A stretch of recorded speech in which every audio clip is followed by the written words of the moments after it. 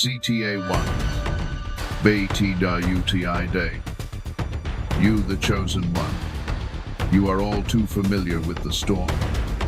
You know what it feels like. The cold wind of isolation, the roaring fire of the path you were forced to walk. A path of fire, of storms, of rejection, of misunderstanding. You have felt the weight of a mission that you did not ask for, but were born to carry. You have wondered why your life must be so difficult, why you must face battles that others seem to completely avoid. You have felt the loneliness that comes from being different, from seeing the world in a way that others cannot. But today, we are not here to talk about your journey. Your pain is understood. Your path is acknowledged. Today, we are here to talk about something else, something chilling. We are talking about the journey of the one who dared to create that storm, the one who looked at your light and felt only envy, the one who opposes you.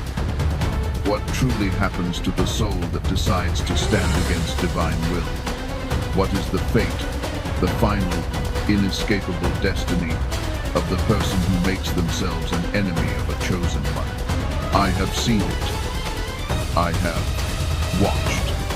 And I can tell you with absolute certainty, it is not a battle. It is not a fight between two equals. That is the illusion they believe. The reality is a slow, methodical, terrifying unraveling.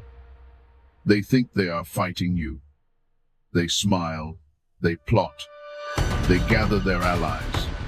They believe they are in control. They celebrate their small victories against you. They do not realize, they cannot realize, that they are fighting the very fabric of the cosmos. They are fighting the hand of God. And destiny never loses. Today, I am not giving you a simple list. Lists are for trivial things. This is not trivial. I am telling you the story of their downfall. The 9 distinct, scary signs I witnessed, one by one, as an enemy of a chosen one began to disappear. And I urge you, stay with me until the very end. The first 8 signs are the warning shots. They are the cracks in the foundation. But the 9th sign, the final, total, public collapse, is the most terrifying. But even after that, there is a reward for you. I will reveal the one divine secret about your own power. A secret that you can only learn, that you can only understand, after you have watched your enemy fall. This will change how you see the world. It will change how you see your own suffering. It will change how you see yourself. If this message has found you, it is not by accident. You were guided here for a reason. Type I am protected in the comments below. Affirm it. Declare it. Let it be an anchor for your soul, a divine shield that is all around you. Now, let us begin. Act 1. The Arrogance. It always begins with arrogance. But let me be absolutely clear. Do not mistake this arrogance for stupidity. Stupidity is not dangerous.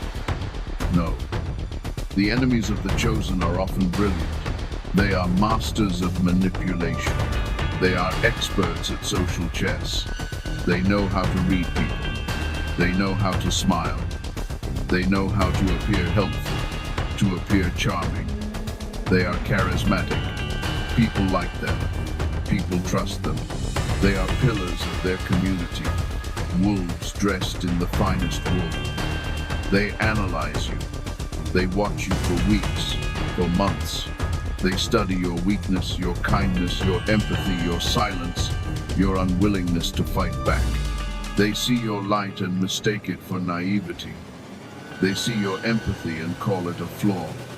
And they see this perceived flaw as an opportunity, a gap in your armor, a vulnerability to be exploited. They don't just plot. That is too simple for them. They build alliances. They whisper in the right ears, planting subtle seeds of doubt against you. They don't attack you directly at first. That would be too obvious. Instead, They poison the well. They manufacture evidence. They twist your good intentions into something sinister. They gaslight you, making you question your own perceptions. They gather followers, other souls lost in shadow, and they unite them against you with a common, false cause. They create intricate, sophisticated narratives. They are the master storyteller of their own lies. They cast you as the villain and themselves as the noble victim, the reluctant hero who must stop you for the good of everyone. It is a masterful, calculated, public campaign designed to do one thing: isolate you and destroy your reputation. They are strategic and they are patient. They are willing to wait for the perfect moment to strike, and for a moment, it works. Nung 2 to 3 Jaye. Chuyen Hakbitham Tap Trung Vau TCO. This is the part that makes you feel afraid. This is the part that tests your soul. This is the part you remember.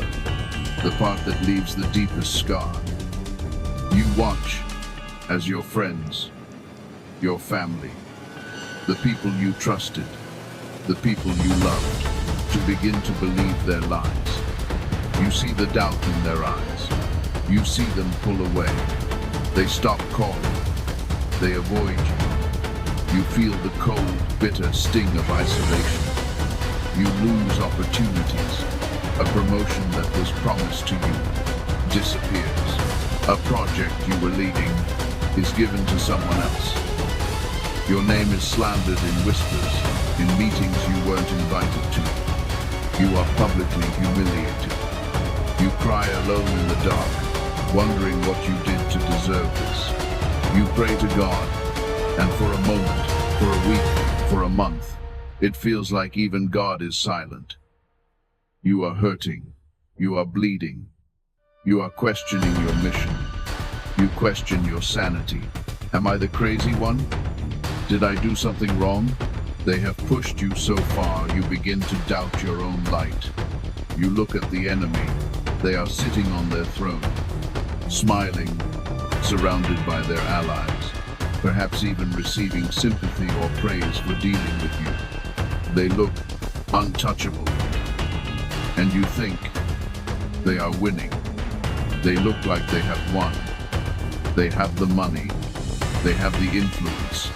They have the public's approval. They have it all. This is the absolute height of their power. You are at your lowest. You are at rock bottom. But right at that peak, right at the moment you feel you cannot take anymore, right when you are ready to give up, the first sign appears. The first whisper of divine justice, the first thread, begins to pull. Sign 1. Their perfect plan backfires. Knock. Bagdad Tin. The enemy, in their supreme arrogance, crafts a perfect final blow. A trap designed to end you, once and for all. It is their masterpiece of deception. This is the move that will checkmate you. But the universe, the divine order, has a sense of irony. I watched this person craft this perfect plan, and then I watched as the trap they set snapped shut on them. An email containing the final lie, the ultimate slander, the proof that would destroy you, is accidentally sent to a senior leader, a journalist, the one person on Earth who could expose their entire network. A secret meeting they held, where they laughed and plotted your demise, is recorded by someone in the room. Someone who, in that moment, suddenly has a crisis of conscience. A false accusation they make is immediately proven false by a security camera they didn't know existed. It is not a minor setback. It is a catastrophic failure, and it is caused by their own cleverness. The weapon they built to destroy you has just detonated in their own hand. This is the first domino. Sign 2. They are consumed by confusion. A brilliant mind, a strategic, arrogant mind. They cannot handle divine intervention. It defies their logic. It breaks their reality. They are a master chess player, and suddenly the board is playing against them. Because their perfect plan failed, they spiral. They become obsessed. How? How did this happen? It was impossible. It was a 1 in a million chance.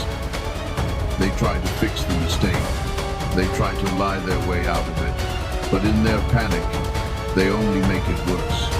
They create new lies that contradict their old lies.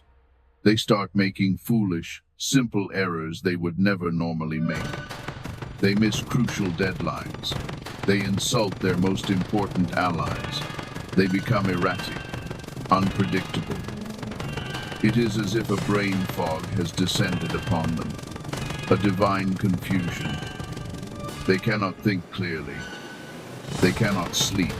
Their greatest weapon, their intellect, has just been turned against them by a force they cannot see, a force they do not understand.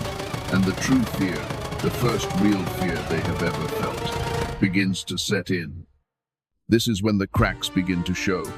This is the real unraveling. Act 2. The enemy doesn't collapse all at once. That is too merciful. No, the divine plan is more patient. They are dismantled, piece by piece, from the inside out. Their brilliant exterior, the charismatic mask they showed the world, begins to rot. Sign 3. Their secrets are exposed. This is the part I have seen time and time again. It is the law of the universe. As they scramble to cover their failed plan, sign 1, they create new openings. They are bleeding, and the sharks begin to circle. And suddenly, unrelated secrets, secrets from years ago, begin to surface. Skeletons fall out of their closet. Skeletons that have nothing to do with you. Financial fraud from 5 years ago. Other betrayals. Other people they have hurt. Other lives they have ruined. A hidden life. A secret addiction.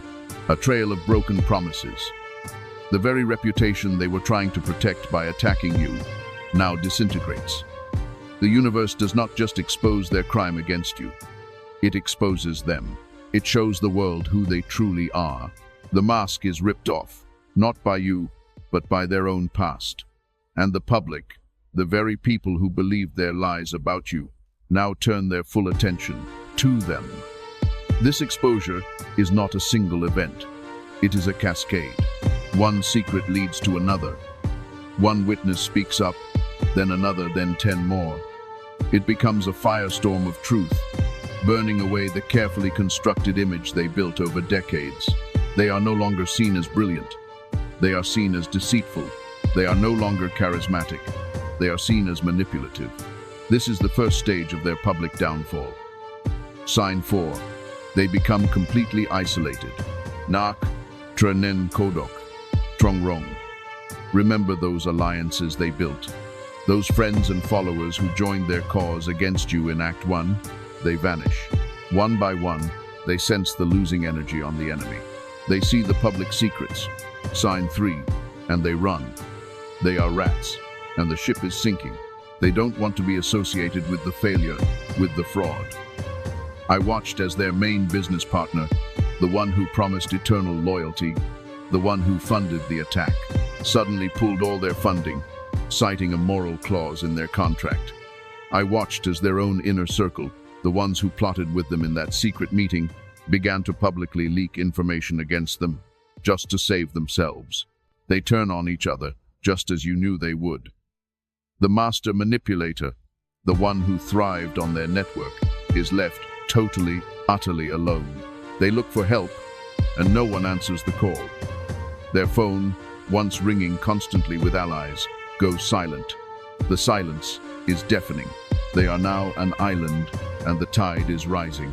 This isolation is a direct consequence, a mirror image, of the isolation they tried to force upon you. This is original point 3. Sign 5. They lose all peace. Naktram, paranoia.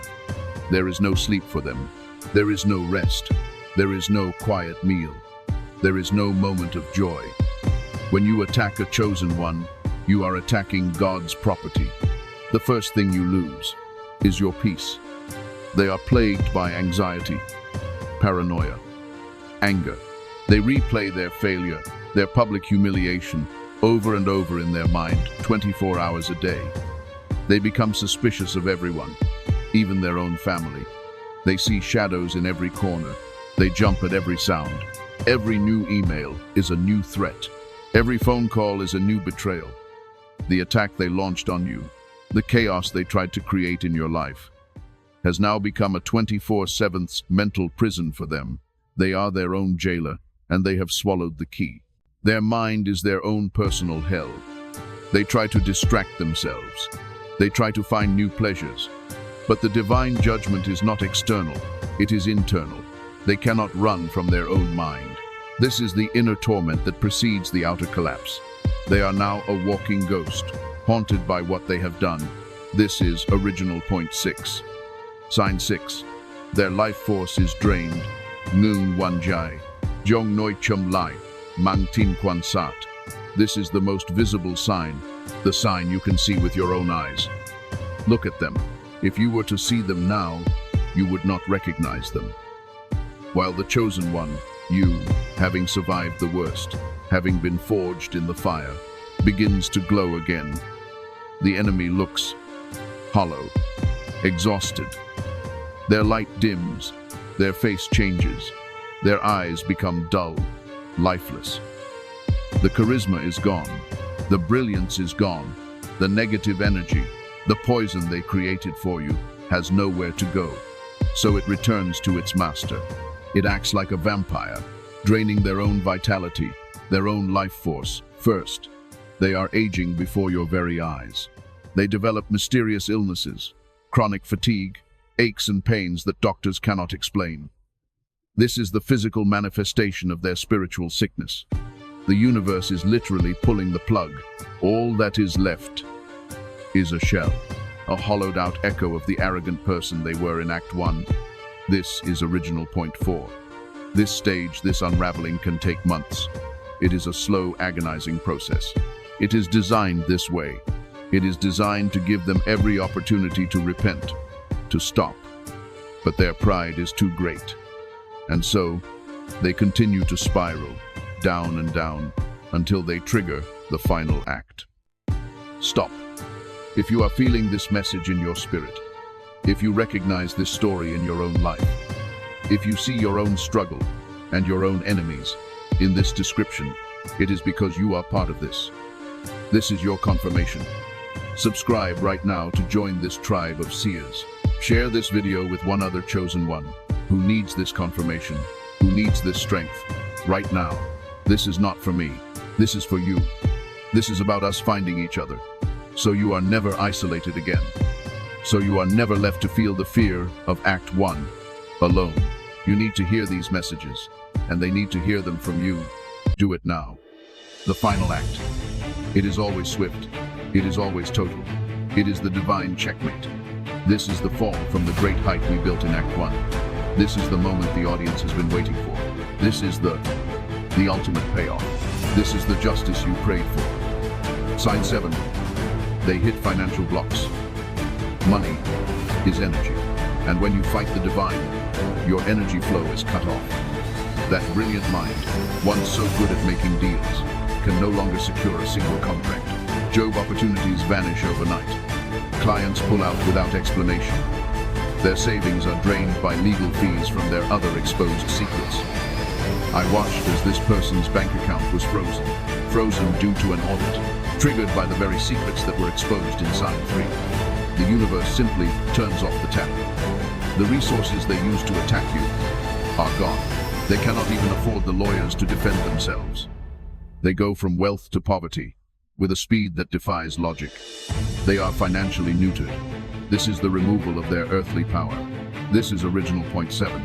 Sign 8. They hit the wall. This is their last desperate attempt. A cornered animal. Out of money, out of allies, out of their mind.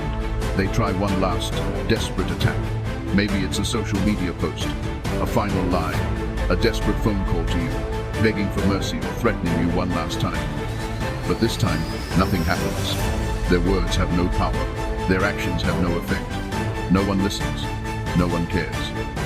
It's as if they are screaming into a void. They have just hit the invisible golden wall of divine protection surrounding you. The wall that was built by your suffering in Act 1. They can see you.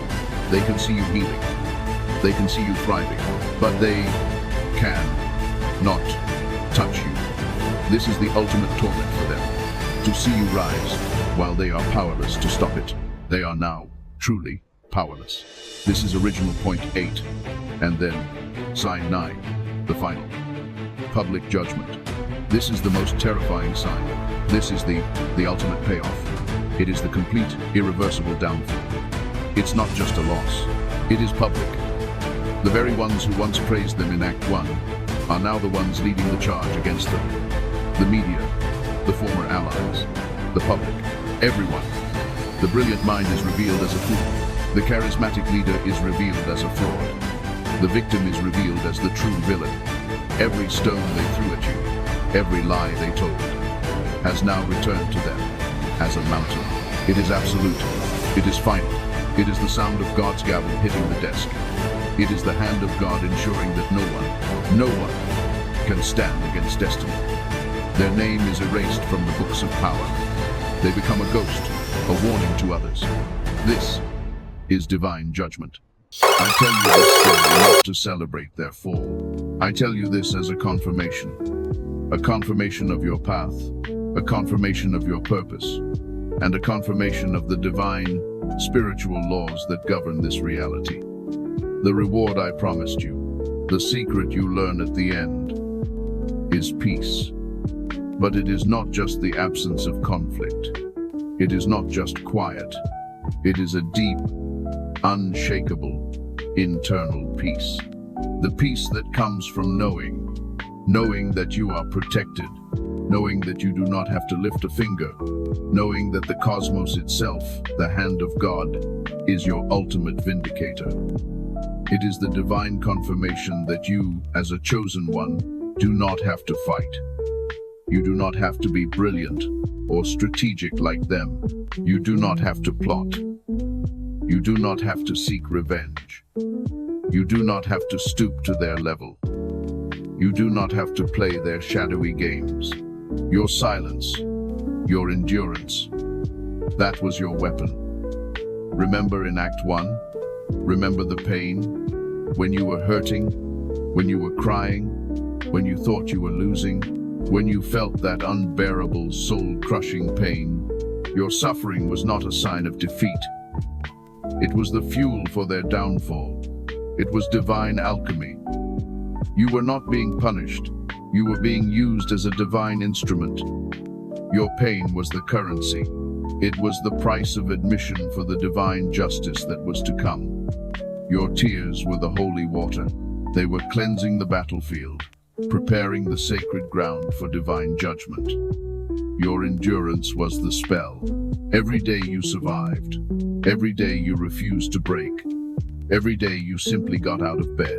You were tightening the divine rope around their neck. They thought your suffering was a sign of their victory. That was their fatal error, their greatest miscalculation. They did not understand.